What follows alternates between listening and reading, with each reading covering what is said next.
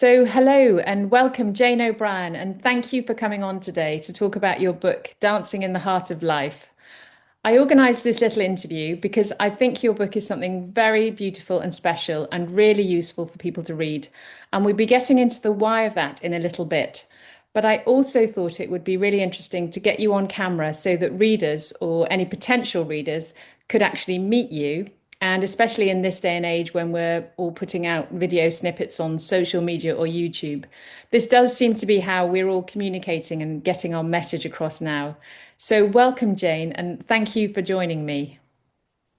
Thank you, Catherine. I'm delighted. It's a wonderful experience, and I really appreciate what you're doing. You're very welcome indeed. Yeah, so your book is autobiographical, but it's not just that, is it? Because you've written it because of your career as a psychosynthesis counselor, and in Yeah. it you've actually encouraged the reader to reflect on their own life as you've reflected on your life in the book. I just wondered what really inspired you to start this book in the first place. Well, it's a good question, and I think that I certainly in the 90s, I had my whole life was turned upside down. It was kind of annihilated the way it was, and it's all in the book. But the fact is that when I looked back, not just at the 90s, but also at my life as a whole, I recognized that I had an awful lot of experience in health and healing and spiritual, what would I say, development and longing, if you will, and all of those kinds of things that I felt are important for people. And I thought, because I survived things that, I think a lot of people wouldn't have survived. Even one of them, I'm not sure the people would survive all the time. I thought, well, it could be of use to people. And that's what I was interested in sort of helping others. And that's why I added the on reflection sections at the end of each chapter so the reader could think about what, the issues that had been brought up in the chapter and ask themselves some questions and, look into themselves, really. Mm, yeah, absolutely. Yeah. And the book covers a breadth of experiences, doesn't it? So, for example, everything from experiences in childhood. For example, you had quite a tough example where your parents were splitting up and you were quite young, and that was quite unusual in those days, wasn't it? Oh, it was so rare. I think that I was probably one of the only ones, if not the only one in my class, maybe even in the school, whose parents had separated and divorced. It was shocking. I really felt very alone. Mm, mm, yeah. Yeah, and then you went on to have some tough experiences growing up. So you experienced quite a lot of loss, with children and with husbands and parents. For somebody who's dealing with loss, this book could be very useful. Well, yes, I mean, I in a way, and I had five pregnancies, and I had sort of four live births of children. However, one baby died after 4 weeks. I had one miscarriage, and I had a son who took his own life at the age of 30. So, I mean, I think I've covered every possible, version of what happens with loss of children. And Mm, I mm, mean, they were devastating. And the only thing that I cared about in a way was that my children knew that I loved them. And, mm. I have a strong sense of life after death and that we do go on. And I mean, I think that's really important because I don't know how people deal with those kinds of things without that. Yes, yeah. And of course, you also your faith was quite unusual, wasn't it? Because you had an unusual journey with faith, and you joined the Bahai Faith, which I'd never heard of before I read the book, and it's quite fascinating. Do you want to say a bit more about that? Well, yes. I mean, to me, it made more sense than anything I had ever met before because it was about, that humanity is one, that religion is like a school, and that from age to age a new messenger comes because humanity as a whole grows and develops like an individual does. So they need new teachings. We need new teachings depending on our level of maturity. Mm, And that made sense to me. So it's as if each messenger of God is like a teacher in a school, and it, raises the level of consciousness for the next year in school, for instance. mm, And also things like men and women are equal. mm. That certainly wasn't the case when I was growing up. Yeah, And it's still a bit of a struggle now, yeah, and yeah. the elimination of prejudice of all kinds. I mean, there is so much prejudice in the world, and I don't understand why when we're all human beings. Absolutely. Yeah. Yeah. No, I was really excited to hear that there was a religion like that in the 1960s. It kind of surprised me. And yeah, Um, it does sound really, really interesting. And as you say, that emphasis on equality. Yeah. yes. Um, so I think that this book is a gift for any, because it touches on so many different aspects of life in an interesting way. And I was talking to you, I think, last time about the fact that, so many of these books that require you to reflect can be quite dry, but because this book is told in a sort of very storytelling way, and you offer the, way of reflecting in the way that Mhm. you write. And then you ask those questions at the end, it's really valuable. So I suppose my question was, did you have to have any training in order to be able to write the book in this way, or what was your journey for writing a book? Well, I suppose in one way it's chronological, so that was fairly simple in terms of order and organization.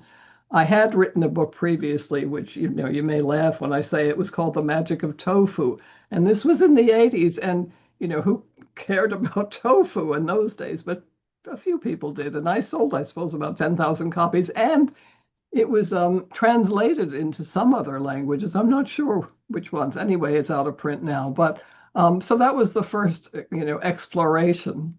And I remember as a child kind of believing I wanted to be a writer anyway. Mm, But then in the 90s, before all the stuff happened, I remember thinking to myself, well, I want to write, but I'm not sure what to write about. And then suddenly there it was on my plate. It was like, a banquet of things to write about. mm, So that's kind of what started me. And I guess, years ago, I guess most of my really creative writing was in writing letters, which is what people did. And you waited days to get the letter for the person to get the letter that you sent that you sent it to, and also for the reply. But that's how I expressed myself. And, I guess my writing is good enough. mm. Yeah, absolutely. No, Mm. absolutely. It's very readable and interesting. And yeah, and the other thing is the book because not just as these breadth of experiences, but you also lived in quite a few different countries. So you were born in the United States and you now live in the UK. But you've had a lot of moves around, haven't you? And what did you learn from all of that? I guess I learned something about the transient nature of life because I think when my parents were together, I think we moved like 7 times in 6 or 7 years because my father changed jobs. And we I guess the last place I lived when they were together was in Montreal, Canada.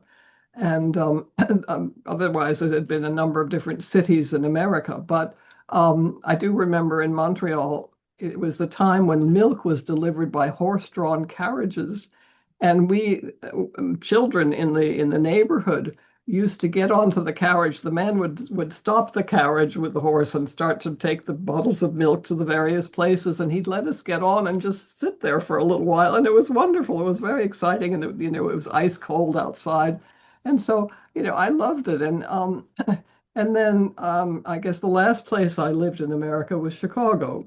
And then I got the opportunity to move to Dublin, which my husband and I did. At that stage, I was married, and our children were all born there. And then we came over to London. My husband was an actor, and he was working in the Royal National Theatre and other theatres in London. And, it was all quite interesting. Mm. Yeah, very quite unusual, but to be well, fairly unusual to be married to an actor. Did that Yes. did that bring some different experiences as well or challenges? Well, it did, of course. And I mean, it was wonderful because he was very good at talking to people, whereas I wasn't. So if we were out for a meal, I'd say, tell that story, you know.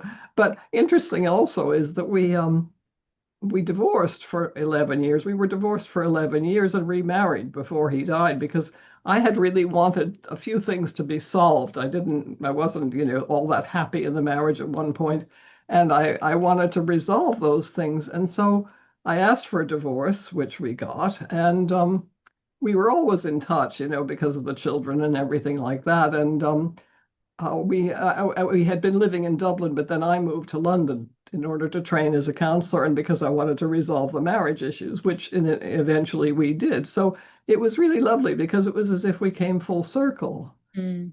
Yeah, yeah, yeah. Quite a brave decision, but I think you say the words that he always just thought that divorce was part of the marriage or something in the end, which I Well, thought, that's what he used to say, yes. And he used to also say that he thought I needed a break. yeah.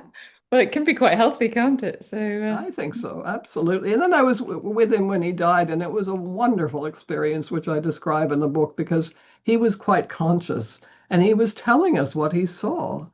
And mm, he saw our son who had died. He saw his mother, his sister, who had all of whom had died. And at one point, he was just lying in the bed, and we were around him, me and the children and another dear friend. And he looked ahead of him and he said, "She's fat." And I said, tell her to her. No, my daughter said, tell her to her face. And he looked straight ahead and he said, "You're fat." And that was the end of it. But it was so funny. But at the yeah, end of it, he said he wanted me to have a crown of jewels. And I said, "Oh, thank you. I accept." yeah, it's lovely, really touch. Such a beautiful scene in the book, and Yes. I personally think that this art of being able to sit with the dying is a bit of a Oh, lost art in society. We don't seem to have the opportunity to do it, and I think it can be quite no. special, but I suppose there's a lot of fear associated with it. So yeah, Yeah. it it sounds like it was the best way to for him to depart. But Well, it's I mean, it was a lovely passing. I mean, it was just the best. I hope I have one like that. yeah, yeah, and it's interesting what because you also had a near-death experience as a child, didn't you? Yes. Yeah. I was 14 and I had encephalitis, which is an inflammation of the spinal cord and the base of the brain. Mm, And I had a really high fever. I was in hospital for 6.5 weeks. mm, And at one point, the nurses, one evening, my fever must have gone so high that the nurses gave me an iced alcohol bath. That's cold. It felt like it was burning, however. And I remember kind of a sense of, you know, the what it looks like when you look out of a plane, when the plane is flying and you're above the clouds and everything is really clear. Well, mm, there was a sense of that, and then there was a sense of like a body of water, maybe a lake or something like that. And on the other side, I saw a lot of people that I didn't know if they were familiar or not, but I felt a lot of love coming. mm, And I remember being asked, "Do you want to stay in life, in other words, or do you want to leave?" And I thought and I said, "Well, I want to stay because if I go, I know my mother will die because I'm all she's got. And also I want to experience the love of a man and have children." mm, And, mm. and they said, and then I was told it will be very difficult, but it'll be worth it in the end. Yes, yeah. And it changed my life forever because Yeah. life became precious and I needed to live a life that was meaningful in some way. Yes, yeah, yeah, no, amazing. A lot of people do say about how life-changing these near-death Yeah. experiences are, and to have it so young as well. Did you tell anybody about it? No, and the funny thing is that I sort of thought, well, you know, in those days, I wouldn't have even called it a near-death experience because Mm, I wouldn't have had a name for it.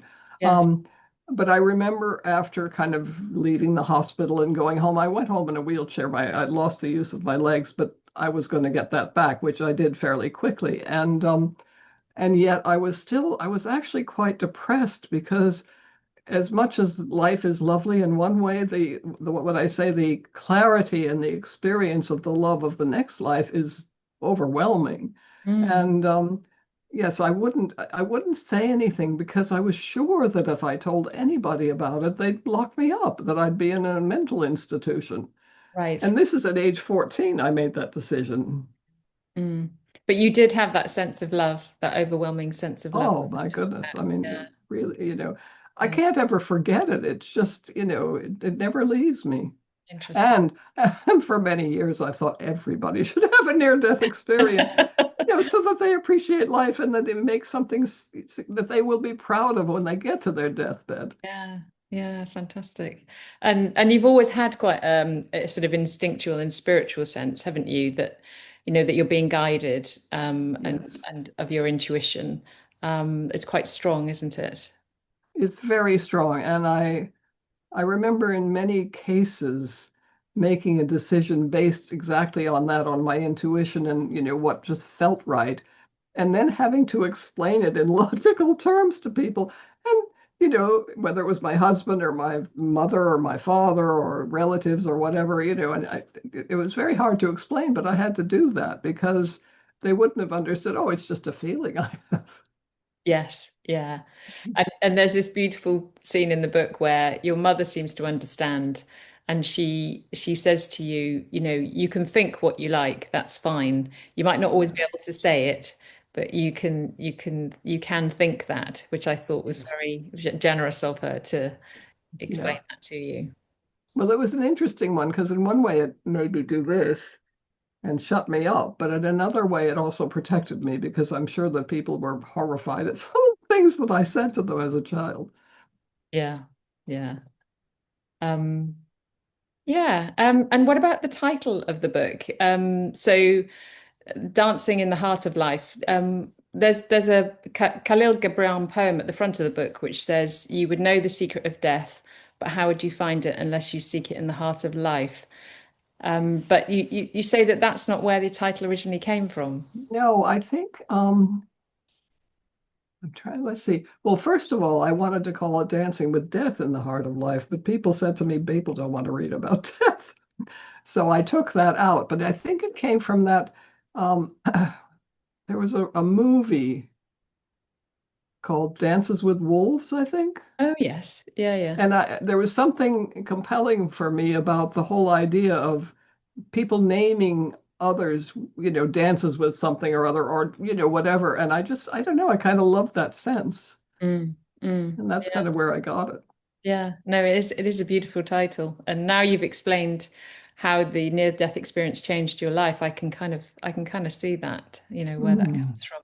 So the only other thing I'd ask you is whether, by writing this book, does this, does the way you reflected on your past afterwards, after writing the story, was there a difference between how you felt at the beginning of writing the book and then how you felt towards the end, do you think? It's a good question. I think probably I mean, it took me quite a long time to write it, and probably towards the end, I was more resolved about the issues. Mm, Because in the beginning, I was really quite, I guess, I don't, it wasn't actually depressed in the sense of clinically depressed, but I was very, I guess I'd lost my sense of optimism and my sense of life is good and all of that kind of thing. And, mm, but I think towards the end, of course, I was also in therapy all this time, and I continue to be in therapy to live the life I want to live. But that's another story. But also I went through it with my therapist. And at one point she said to me, "You mean to say you didn't even know whether you wanted to live because of all the experiences you've had? And you haven't said that in the book?" And I said, "Oh, I better put that in." yeah. Yeah, that's really honest, isn't it? Yeah. Yeah, exactly.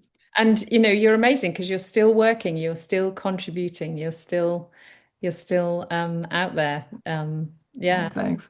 I'm And still breathing even. yes, yes. And would you like to say anything about what you're up to now? Is there anything we should be looking out for in the future about what you're planning to do? Well, if I live and continue breathing, what I'd like to do, well, I have planned at least 24 workshops, like an hour and a half workshops, so that people can get to know themselves better. And I'm also adding to that now, but I want to run those, either run them both online, but also record them so people could buy them and use them for themselves. Mm. And that's quite a big project, and I'm very busy because I see clients. As a psychotherapist, I see clients regularly, so it's difficult to fit it all in. But also, in addition to that, I'd like to do some more writing. Yes. Yeah. So fingers Okay. crossed those things will become available to me to do, but I'm not sure at this stage. Okay. Well, we'll look out for that. We'll look out for your online course and your next book. If it's anything like the first one, then Oh, it's or the second one, your second book, then it's going to be yes. a real joy. And I do think what excites me about the book is just the way that you've turned your story and your experiences into a gift for others who might be just a bit lost and looking for some comfort and some reflection. And yeah, so thank you very much for coming on today. I know it's always a little bit awkward sometimes to come on camera and let people see who you are.